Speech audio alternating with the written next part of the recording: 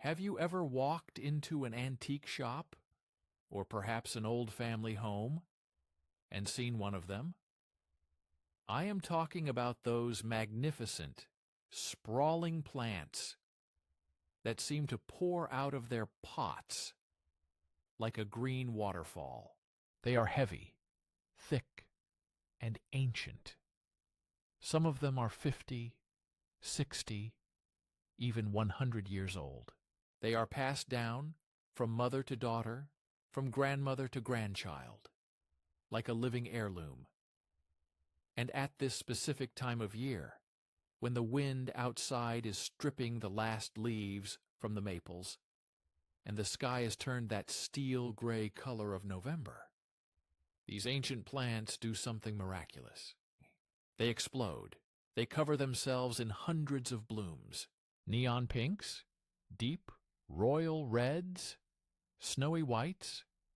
They look like fireworks frozen in time. This is the Christmas cactus, or for many of us, the Thanksgiving cactus. You see them in the grocery stores right now? They are lined up on the shelves, covered in buds, begging you to take them home, and maybe you do. You buy one thinking, this year, I will have that beautiful explosion of color in my living room. You take it home. You put it in your warmest, sunniest window. You water it with love, you talk to it, you wait. And then, the heartbreak happens. The tiny buds, which promised so much, begin to wrinkle. They turn yellow, and one by one, they fall off onto the carpet. Or perhaps the plant just sits there. It grows new green leaves, it looks healthy, but it refuses to bloom. It remains a silent, green statue while the holidays pass by. You wonder, what did I do wrong? I loved it. I fed it. I kept it warm. And that, my friends, is the secret. That is the paradox. You loved it too much. You gave it exactly what you wanted, warmth and light, instead of what it needed. To understand this plant and to unlock its color, we have to stop thinking like a gardener in a warm house. We have to travel. We have to close our eyes and go to the place where this plant was born. We are not going to the desert. This is the biggest mistake people make. The name cactus deceives us. When we hear cactus, we think of sand, scorching sun, and dry heat. We think of Arizona or the Sahara. But the Christmas cactus is not a desert dweller. It does not live in the sand. It is an epiphyte. It lives in the mountains of Brazil, high up in the coastal rainforests. It grows in the forks of tree branches, nestled in the moss and decaying leaves, high above the ground. Think about what life is like up there in those mountains.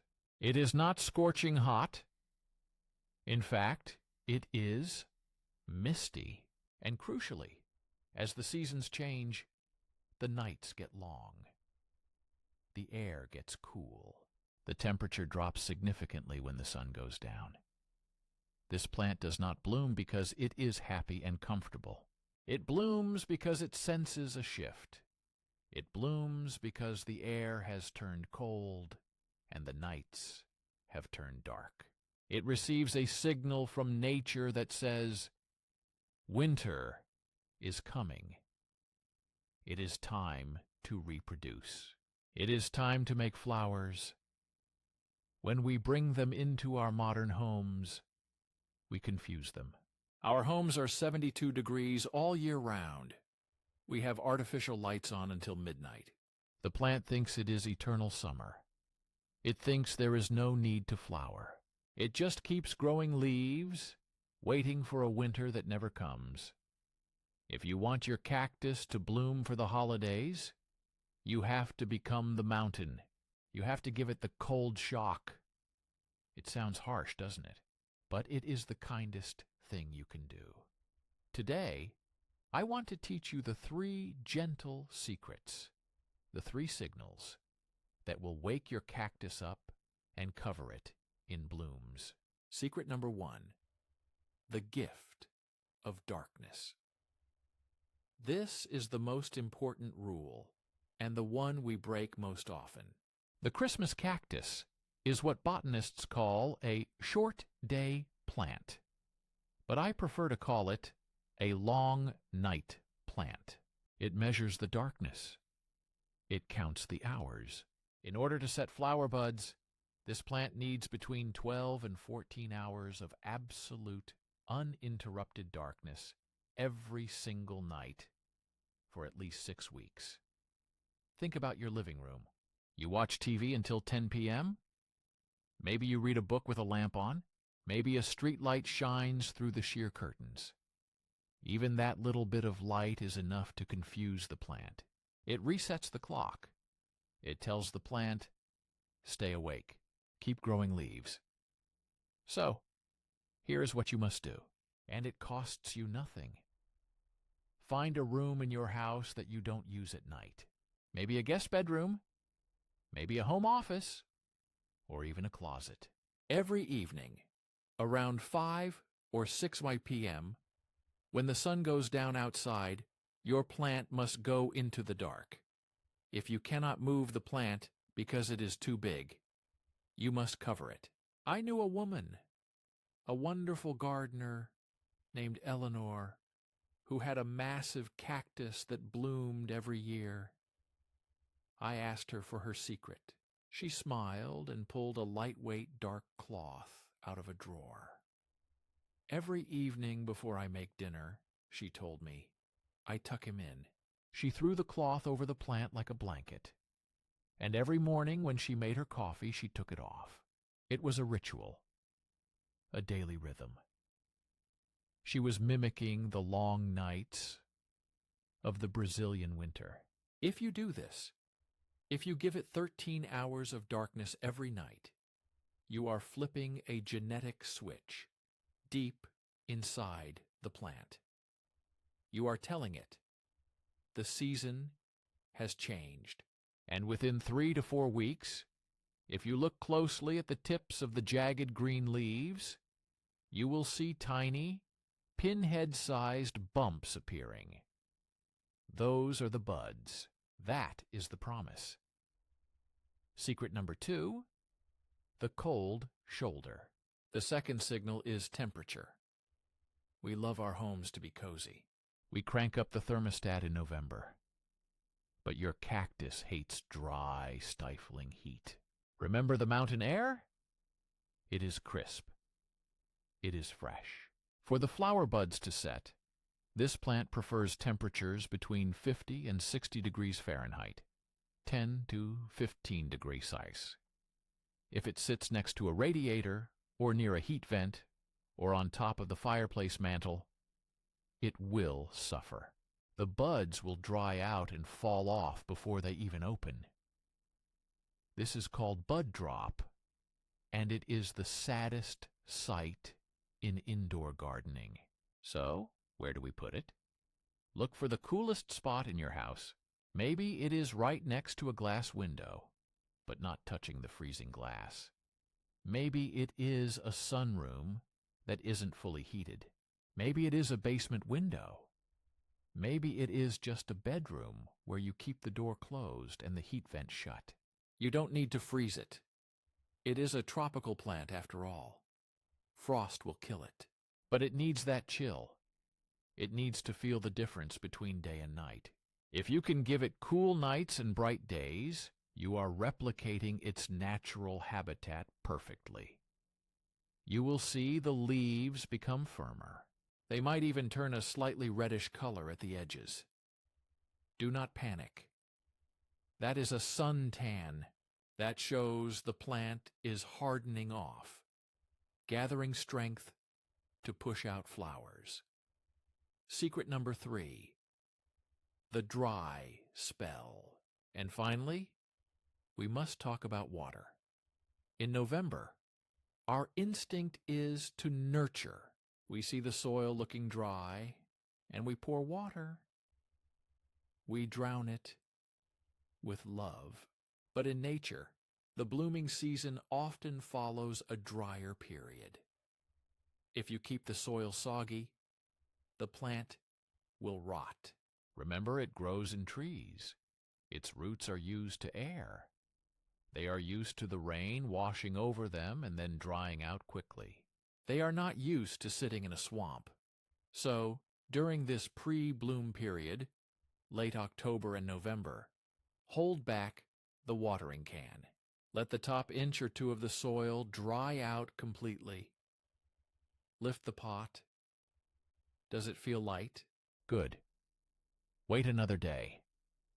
When you do water, take it to the sink. Run water through it until it pours out the bottom. Then, and this is crucial, let it drain. Never let it sit in a saucer of water. Wet feet are a death sentence for a Christmas cactus. Think of it as a resting phase. You are telling the plant, resources are scarce. It is time to ensure the future. It is time to flower. The ritual of the bloom. So you have followed the rules. You gave it the long nights.